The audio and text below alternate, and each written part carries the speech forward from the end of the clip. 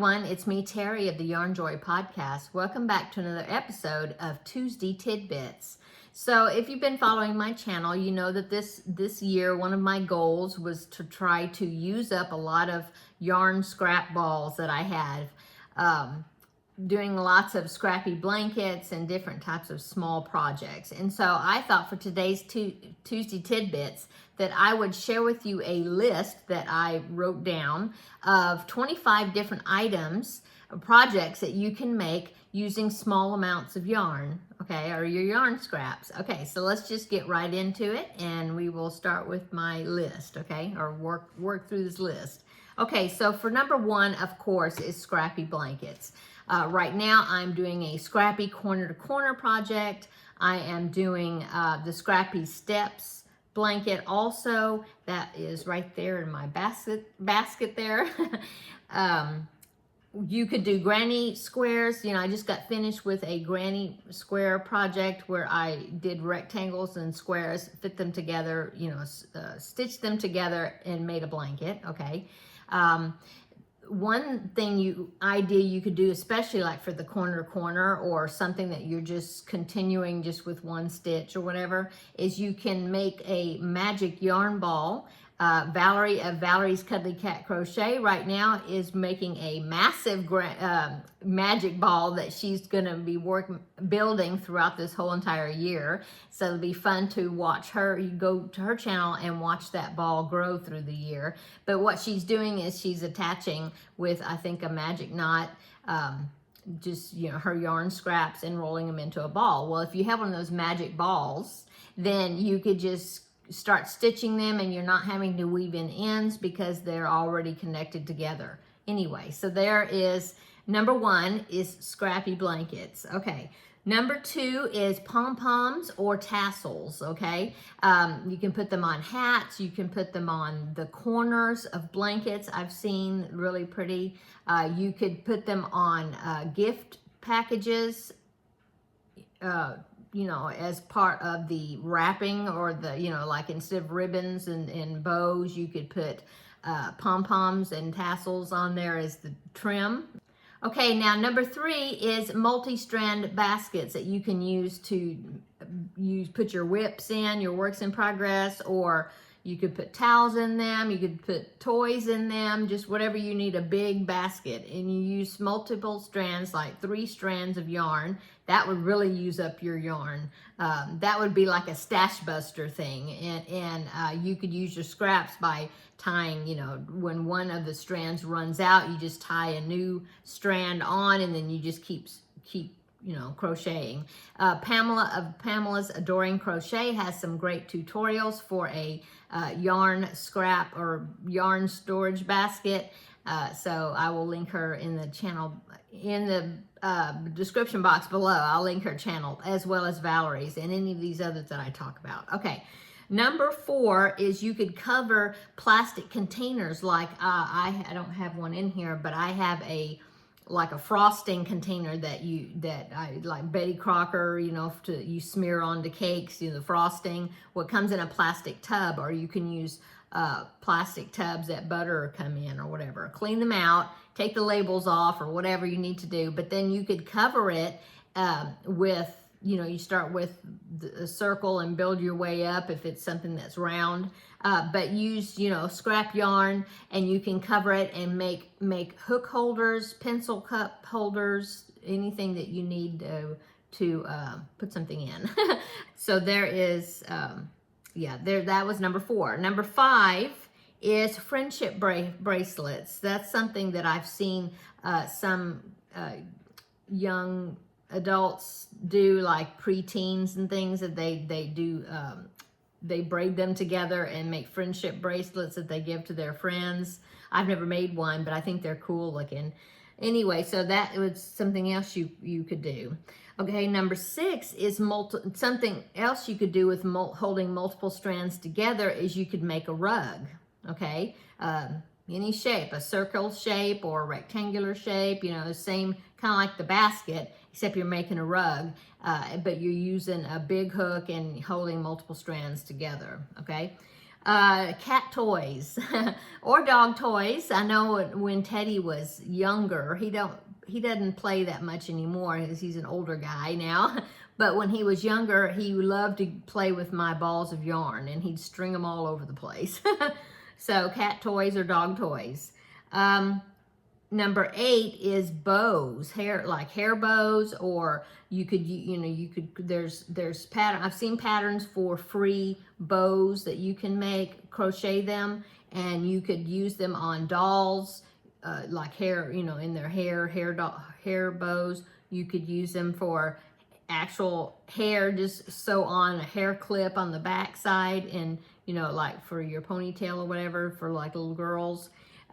You could use the bow for gift toppers also, any type of trims that you would need, for on amigurumis. I've made bow ties for some of my amigurumis that I've made, and attached. It looks really cute. Doesn't take much yarn at all. Number 9, headbands or earwarmers, okay? Number 10 is coffee cup cozies, like the sleeves that you get like when you go to some of those coffee houses, and there's the sleeve that goes over the cup. Well, you can make them out of cotton or really nice decorative ones, especially out of cotton yarn.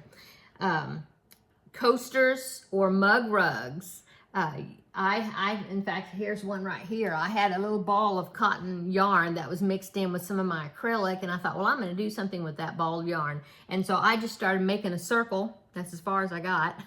And I just used it up and weaved in the ends, and now I have a cotton coaster that I can put my cup on, or, glass here at my desk.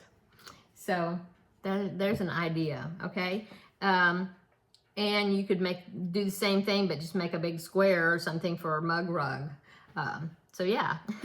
Okay, number 12 is hot pads. Now you would do like a double thickness type thing. And of course this would be more with cotton yarn. Hot pads and or dishcloths. And that, of course, you'd use cotton yarn. Okay. Number 13 is Christmas ornaments. Christmas, the actual baubles, that you can make a ball and stuff it and put a hanger on it and put different design decorations where you change yarn or whatever. You can make little tiny amigurumi type things and make them into Christmas ornaments. You can even get the plastic Christmas baubles that are empty but clear. You can get them at like Dollar Tree. Fill them with yarn scraps of all different colors, and that would make cute Christmas ornaments, especially if you use sparkly yarn in it or something, and you use red and green or whatever, for Christmas. So that's an idea. Okay, you can also crochet flowers. I've crocheted flowers with just leftover yarn and just keep them, and then you can put them later. You could use them and put them on a hat, or put them on the front of a basket that you crocheted, or packages, gift packages. You could make brooches which were flowers. Okay, you could do use it like as an applique, so you can make crocheted flowers. You can make crocheted appliques too, and use that and sew them onto something, onto blankets, or the front of onto hats, or the front of whatever you need to trim and make extra little bling to it. Okay, chapstick holders. You can make a chapstick holder and put a keychain or a backpack buddy clip attached to it, so that way it can stick onto backpacks or keychains, to hold your chapstick. Earbuds, of course, are really popular right now, so you can make earbud holders also, and then put a clip that could clip onto a backpack or keychain or whatever, a belt loop. Baby booties and baby socks. That doesn't take hardly any yarn at all. Okay, now we're on number 18. You could make hats that are striped. So you pick a main color like white, and then every other row or every 2 rows or something, just put, a stripe of color, and you could even use different colors. Just tie it together with that main color. So if you have enough yarn just to make one round, you know, and then go back to the white and then pick another color and do one round, you know, striped, all different colors. And you can use up small amounts of yarn that way. Hair scrunchies. I believe hair scrunchies are coming back. You know, fashion things is like something that's really popular, hair bows and things, and then all of a sudden they disappear and you don't see them anymore, like the snoods, you know, and then all of a sudden they come back again years later and they're popular again. So I believe scrunchies are popular, coming back and being popular again. Bookmarks. Bookmarks doesn't take very much yarn, and everybody can use a bookmark. Okay. Number 21 is backpack buddies or keychains. Okay, so just like the chapstick holders or the earbud holders, you could do the backpack buddies and keychains. Yeah. Okay, number 22, small cases like little coin purses. Doesn't take hardly any yarn. Notions pouches. And if you use multiple colors, you know, you could make it striped, and then that way you don't need much of one particular color. Eyeglass cases, a phone case, you know, just small little cases and covers for things. Okay.